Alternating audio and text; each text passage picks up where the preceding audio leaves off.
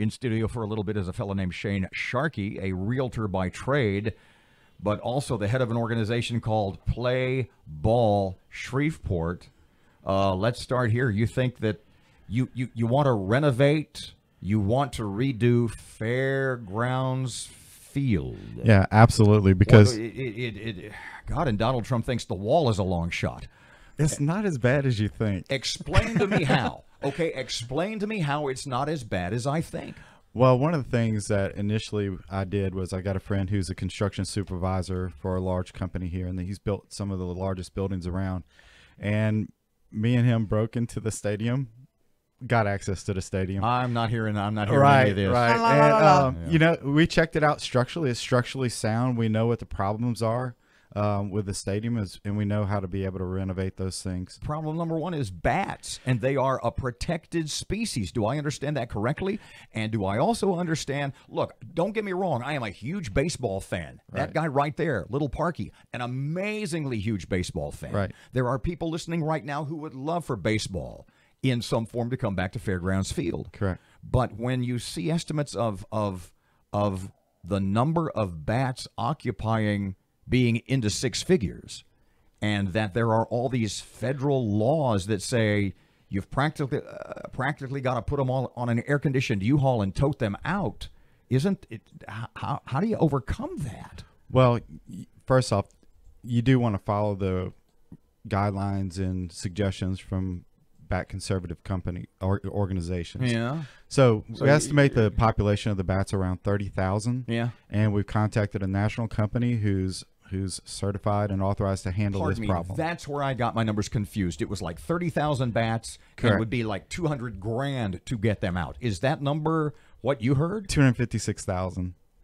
But that's because what we have to do first off is there's certain times of the year that you can handle the bats and certain times that you can't. Yeah. So like the barn swallows on the bridge. Correct. But so once we're able to do that, we're going to they'll seal up the cracks in all the stadium. They're going to remove all the guano, all the contaminants from the stadium. That's the then poop. sterilize it, make sure that there's no histoplasmosis to affect. Don't worry about it. Okay. Right.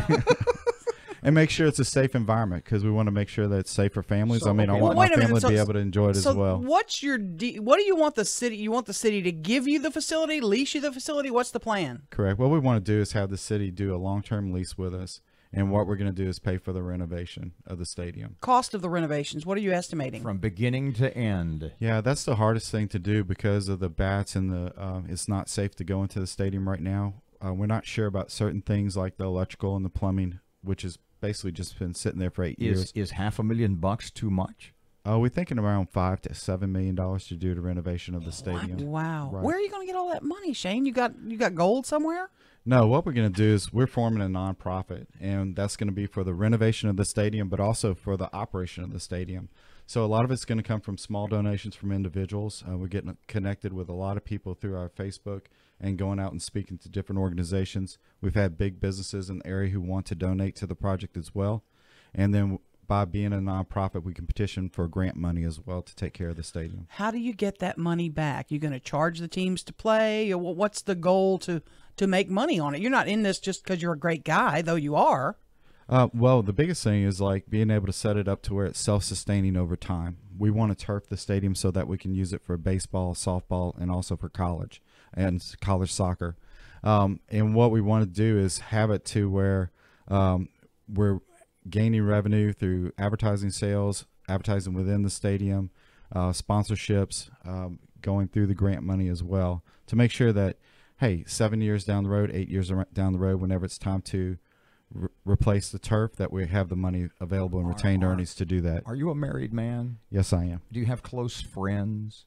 I assume you do. Yes. When your wife or your close friends, when you talk to them about this, do they just look at you and go, have you lost your mind? You understand what a mountain this is. There is perhaps no other task in the Shreveport-Bossier area. This is like Sisyphus, man. What the heck?